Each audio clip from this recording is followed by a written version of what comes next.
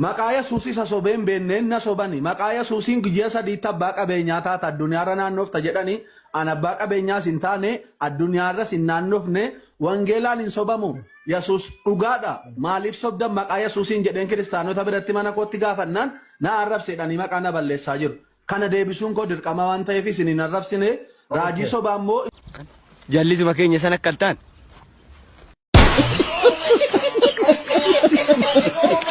Raajii sobaa natti sobdanii maaliif na sobdanii wanti isin natti raajjanii naan taane maqaaya suusiin sobdanii jedheen himadhe malee uummata kiristaanaatti hin arrabsine. Na arrabsite maqaa natti hin baasne. Hin jenneen. Gaafa ayyaana waggaa kee qoy gaafa ayyaana waggaa ji'a sadii tabbaa qabeenyaa taata addunyaarra naannoof kanaan jettanii jennaan abbaa qabeenyaa ta'eera. Adeemsa walee. Kaleessa gaafa waggaa tokko kabajattu akka nama guddaatti waatee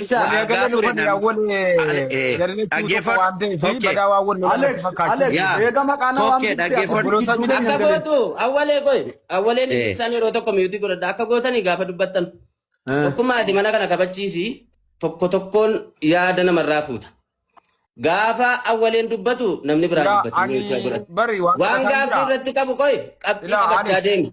Qabxii qabachaa. Achii booda gaafa dabareensi koo deebista walumatti qabdee kanu.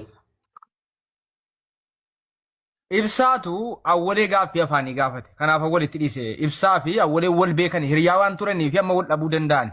Akka kanatti waliin galaa deebisuun qabuure Alexo eega maqaan waame nama 3,000 irratti maal taate Alex irraa deeffatu yaadeen immoo jechuun deebii afaanii awwalee nama narrabsu Alex an nama narrabsu arrabsee afaanii waan ta'eef awwalee isa ofirraa deebisuu yaadeen akkamitti gaaffii arrabsite inni jedhanii maqaaya suusii sasobeen beenneen na sobani maqaaya suusiin guyyaa sadii tabbaa qabeenyaa taata addunyaarra naannofta jedhanii an abbaa qabeenyaas hin taane addunyaarras hin naannofne wangeelaan hin sobamu. Yesuus dhugaadha. Maaliif sobdan maqaa Yesuusiin jedheen kiristaanota biratti mana kootti gaafannaan na arrabseedhanii maqaa na balleessaa jiru. Kana deebisuun koo dirqama waan ta'eef isin hin arrabsine raajii sobaa immoo hin sobdu miidiyaa irratti hin sobina amma booddee eebbifamaatti fufaa waa biraa barsiisaa. Thank you. Eshi. Waa tokkoon si gaafadha tokkee. Eshi tokkee waa tokkoon gaafadha. Dheengadda diggisii wayii irra turanii waggaa tokko erganni dhufeedhanii keekii muranii fuulatti dibaa turan akka dhokkeetti. Gaafa sana namoonni argitanitti yoo jiraattan barsiisaa ibsaatti naafe sheer naa godhaa jedhanii ijjigaayyoon nutu dhufte gaariidha. Isheetti sheeritti naa godhaan naan isheen na waamte nan dhufe boo'aa ture already argitanitti viidiyoo wariillee Abu Muwaaz hojjeteera. Viidiyoo sanarratti boo'aa ture taa'e natti dubbate na wajjin gatii guddaa kaffalee jedhee boo'aa ture. Viidiyoon isaa jira dhugaa dubbachuudhaaf fidiyoottan. Ani immoo ji'a sadiitti naannoof taaminaamin jedhee kanan isatti dubbadhe yoo viidiyoo fidee amma asirratti agarsiise. Kunoo abbaa qabeenyaa man fakkaattu malee hattuun abbaa qabeenyaan taatu bara. Situ naan jedhe. Gaamaa keeyyuun baane yaa. Karaa keeyyuun baane yaa. Na kaadee argala. Kaadee kana raajii sobduu jechuun. Raajii sobduu yeroo jennu kana in kaadee argamu. Oomaan ta'u rakkoon qabu. Dhaqaa maturii keessan irratti wal lolaa. Naan hin gahin. Achumatti dhaqaa. Dhugaa Waaqayyo. In sobdu maqaa Yesuusiin in sobdu si dura dhaabannaa. In nagaddu in daldaltu maqaa Yesuusiin. Abumaas mee ijjigaayyootti sheer godhaa. Ijjigaayyootti sheer godhaati haa dhuftu akka inni boo'aa ture. Miliyoon jira gaafa inni boo'aa ture. Obboleessu ani eessattan si beeka namicho maal taati ati? Akkamitti si bartere. Isati boose maaf du'eet godhe ree Abu Muwaaz. Inni waayyaa mootii. Waayii keetii renni waayyaa mootii. Waayii keetii inni waayyaa mootii minni ilaalaa sobasa. Abu Muwaaz baga jiraatte baay'ee. Respectiyu baga viidiyoon sun si bira jiraatte dhugaa dubbachuuf. Uummata fincaan haraqeen dhalate kana dadhabne bar Nabi Muhammad qulqulluudha baay'ee. Waldaa keessatti wasukkuuma baay'ee waldaa keessatti dhalatteetu asirratti ergama nama harrabsu. Namni barbaade sittanii anatu mataatti sii marashi. Ina rabsi jechaan jira isa kama abbaa gada sirratti ergama nama harrabsita. Iddoo Muhammad jiru beektaa? Fadhaa dulloonni pheenxee fi ilmaa farsoon dhalatti. jechuudha nuti kiristaana pheenxeedha. Islaamni nun erganne islaamaanis wali hin beeknu nuti islaama miti. Kananitti waa'ee Nabi Muhammadis waan beeknuu qabnu islaamallee bakka hin buunu islaamillee bakka nun buufanne sababa keenyaaf islaama arrabsuu hin dandeessa. Yoo arrabsuu barbaaddan mana isaanii deema arrabsa. Garee shaadaa deema arrabsaa. Nuyi islaama maaltu walitti fide? Ijoollee tokko tokko yeroo isaanii Garaa maalii qabdi immoo garee shaada deemtee maqaa ergamaa arrabsiisa sirratti dubbatte kana yoo dhagaata bootti guute fincaan sama dubbatte kan akkuma walee sana na barbaadu jette qaata fudhatti fincaan kan lakkiste bar. uumaaf jennaan Itoophiyaa akkasii jiraate taanaan kirri laal sibaago beektamti sibaagoon fannifamtee akka deemtu bari maqaa ergamaa namaa hin dhayin of kabajiitii taa'e ergamaa namaa hin dhayin azala bahiitii of kabajiitaa yoo naqaa silkisaa switch godhe inni bakka na barbaadu jedheetu himan suma dubbate kana iyyuu gaabbeera.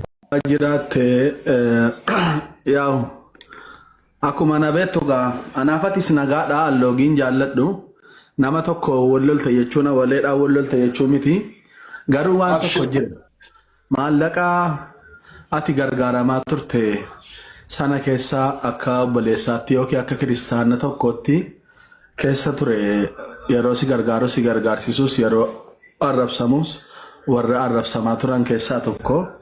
Maallaqannaa funaanamee na jalaa nyaatame isa jettu kana irratti jechuudha.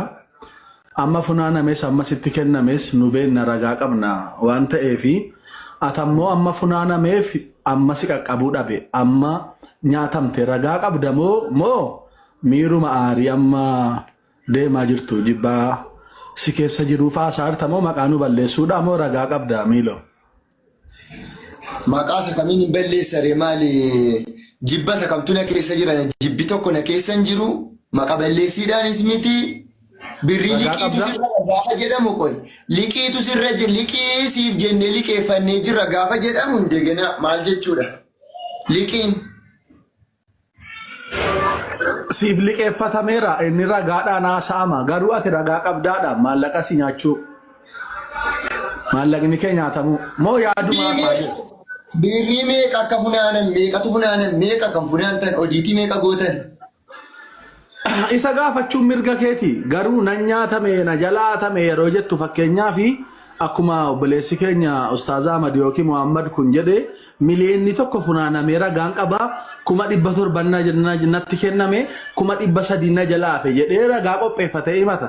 Tokkummaan itti galuunsaa sanatti sin tola maqaa keenyaafu tokkummaanis ragaa si gaafata fakkeenyaaf.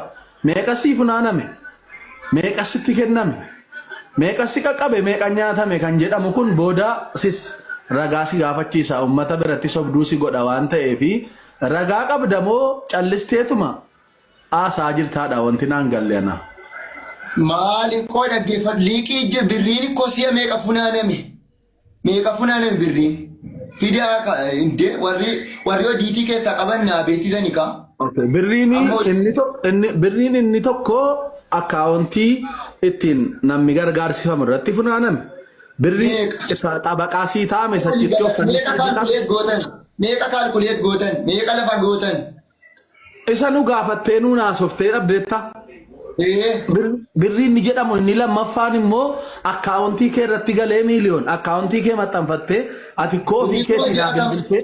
Qoy Milo atofii keetii naa bilbilte yeroo waliin haasofnu birrii 100 meeqa wareeganii ka'anii 60 qofa naa galchanii awwalee birrii naan galchine ummatichi jettee naa haasoftee kaatee Milo arrammoo akka waan jarriisi gargaarsiisan si nyaataniitti yeroo himattu sobduu sin godhu obboleessa koo siin jechuu barbaadeetan.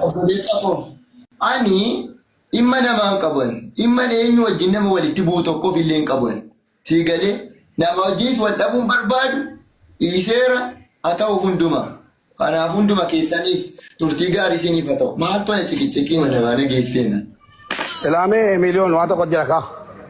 Muubee nagaa ta'e. Dhaga'i. Himachuun barbaanne kunoo waajjirri dhufeera laa kunoo. Muubee dee dhugaa keenyaan muddamaa jira. Muubee. La. Waajjira. Keenya kameera. Anaa dabalee maannaan jedhe beektaa Mubaarik.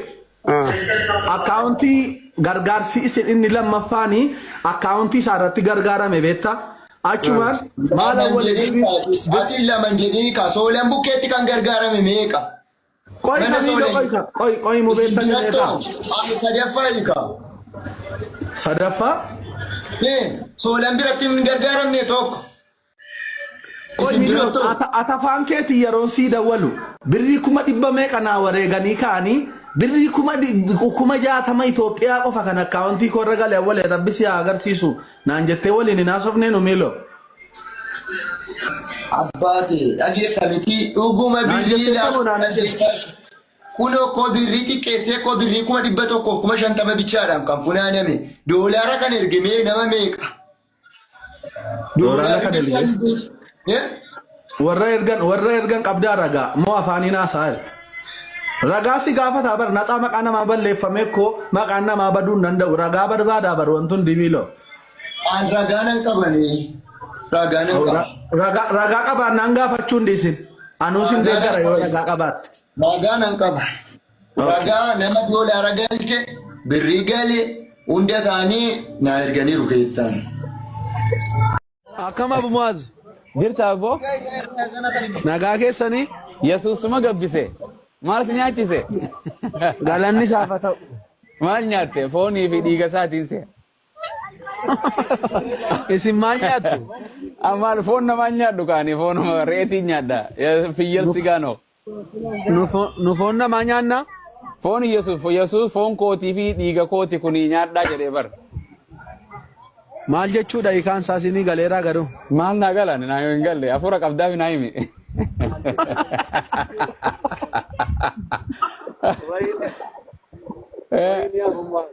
baatii meeqa beega shaadaa wangeelaa qabattee baatii meeqa?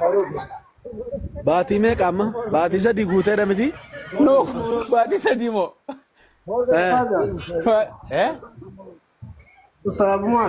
Naam. Barsiisni keessan kaammaa hedduun tolee jira obboleettii hojii fidattanii inni hangasuu taa'ee haa baratu. No waa jedheef hin komente. Koi woomanga jechuun ayyee isumaaniin waa jedha irratti yoo nan kijibe na dhoowwi awwalee kootolee. Waa'ee maali irratti? Waan jedhe wangeela Yohaannis boqonnaa 20 lakkoofsa 17 sanumaan obboleettiin teenya nuti Yesuus gartee waaqaas namaa jenneetti amanna jennaani wangeela Yohaannis boqonnaa 20 lakkoofsa 17 irratti Yesuus Kiristoos an ammayyuu gara abbaatti ol hin baane gara abbaa kootii fi gara abbaa keessaniitti gara waaqayyoo kootii fi gara waaqayyoo keessanitti ol naan ba'a jedhiiniiti itti naaf himi jedhee ishee abboomee jedha. Yesuus abbaa ni qabaami?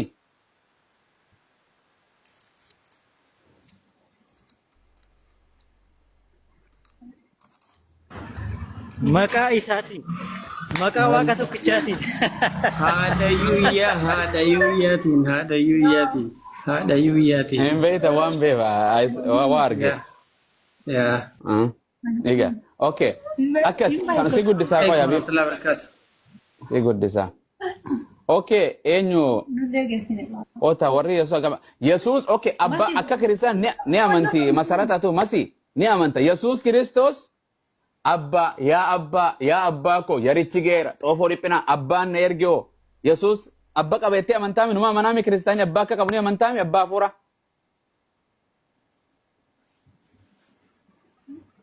jechuun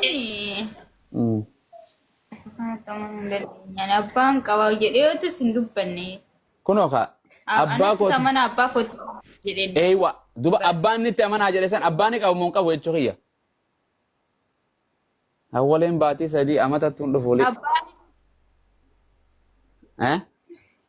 abbaa fi wal keessa jedhee miti hima anaa fi abbaan qaban kun asirratti ka jedhu waaqayyoo kootii fi keessan abbaa kootii fi abbaa keessan jedha abbaan Yesuus san maal siif ta'a akka kiristaanaat atiifoo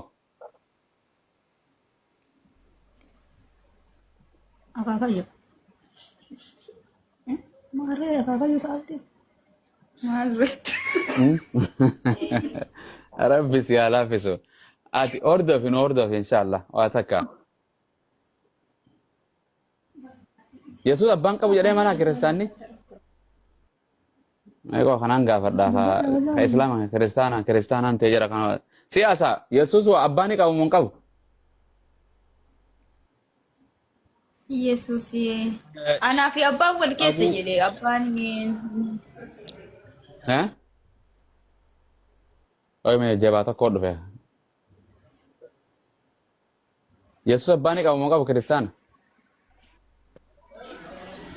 Abu Muazi jalqaba gaafii na gaafatuu fi tasgabbaa'uu si barbaachisaa beeytee gaafii yommuu ol gaafatu tasgabbaa'ee ol gaafatuu si barbaachisa sabbii kanaa fi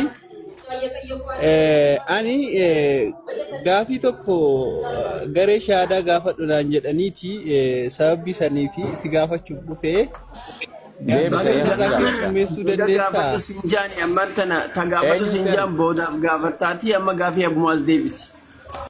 Mucaadhaaf deebise iyya kana mucaan Yesuus abbaan qabu jettee amantii ni qaba abbaa. Tas gabaayinaan hin jedhin waan si gaafadhe deebise mana gaafirra jira. Naa deebise iyya dura naa deebisin gaafadha. Na dhageeffadhu. Macaafni qulqulluuni akka Qur'aanaa laaqamaadhaa miti beeytee sagalee Waaqayyoo qulqulluudha waan ta'eefi. Deemachee jaldeessa waan fakkottoo nama tas gabaa jedha. Mee amma nagaan isa gaafadhe mee nama kana kam hojjese tadhamaa haadhame. Islaamummaan raawwat akka akhiraa dhabee pheenxeesiin beeku kanuma deemi jiraadhu. Jaldeessaa si ergatee miti ergamtuu jaldeessaa. Okay, tas gabaayinaan jedha maali waa jedhe mucaa hojii jechuun jira akkam godhamee deebisee gooteen dhiiruma pheenxee tan akkam tanuunsa islaama keessaa pheenxee achis hin jirtu asis hin jirtu. Maan tokko akkasin keessan jirre jaalala Kiristoos akkasin lallabaan jirre ana walee musammaati isinittin orumarraa maaliif dhaggeeffattu warri maal gootan warri Allah arrabsitan warri nabiyyi Muhammad arrabsitan muslimni mana keenya galeekkoo waa'ee Kiristoos yeroo inni gaafate isa fannifame itti muudhiifne maalitti himne nabiyyiin kee akkana godhe Allahan kee akkana godhe Kiristoosiin lallabaa jirraadha.